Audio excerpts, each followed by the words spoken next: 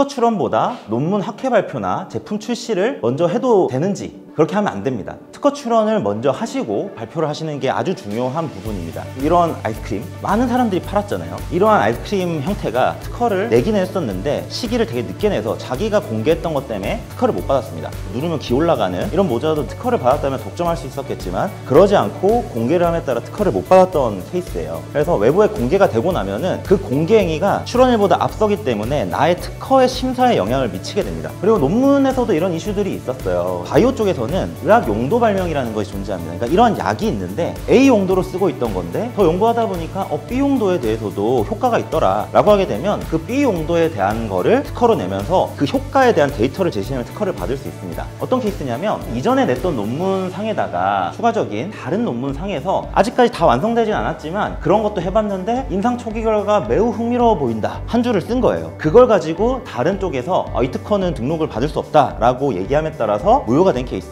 왜냐하면 여기는 의학 용도기 때문에 이미 이 약이 쓸 수 있다는 거는 공개가 됐다 라고 하는 걸로 해서 진보성 결론으로 무효가 됐던 사례입니다. 본인이 공개한 논문이지만 진보성 판단에서는 인용문헌으로 쓰일 수 있는 거다. 그래서 논문 발간 또는 학회 발표 전에 한국 출원일자를 확보하는 게 되게 중요합니다. 논문이 제일 먼저 나가야 되는 거 아닌가요? 라는 얘기를 하시는데 특허 출원은 출원을 하고 나면 등록이 되거나 1년 6개월이 지나기 전까지는 외부에 공개가 되지 않습니다. 논문을 심사하는 쪽에서도 먼저 특허가 나갔는지도 알 수도 없고요. 그리고 논문을 이미 제출을 했다 하더라도 퍼블리시가 되기 전이라 그러면 그 안에 출원을 하게 되면 공개 이전에 출원한 날짜를 확보하게 되는 거다 라고 이해하시면 됩니다. 그런데 어쩔 수 없이 이미 논문을 냈다 라고 하면 어떻게 해야 되는가? 예외 규정을 좀 설명을 드릴게요. 논문을 발표하고 나서 12개월 내에 내가 출원을 한다면은 특허청에 출원을 하면서 몇 달 전에 공개한 논문과 학회 발표가 있는데 이거는 제가 공개한 겁니다. 그래서 심사할 때 그걸 가지고 거절을 하지 말아주세요 라고 하는 공지예외 주장이라는 걸 할 수는 있습니다. 그러면 논문 때문에 출원이 거절되는 걸 1년 안에는 피할 수는 있습니다. 근데 이거는 출원할 때 앞에 논문이 공개된 거를 제외하고 심사를 해주는 거지 논문을 발표한 날짜로 당겨주는 건 아닙니다. 만약에 제가 발표한 논문을 보고 다른 연구자가 비슷한 연구를 또 해서 다른 논문을 냈다 라고 하게 되면 저 논문은 제가 공개한 게 아니기 때문에 인용문헌으로서 출원할 때 심사해서 대상에서 제외할 수는 없습니다. 그래서 어차피 공개가 되니까 천천히 내지 뭐 라고 했을 때는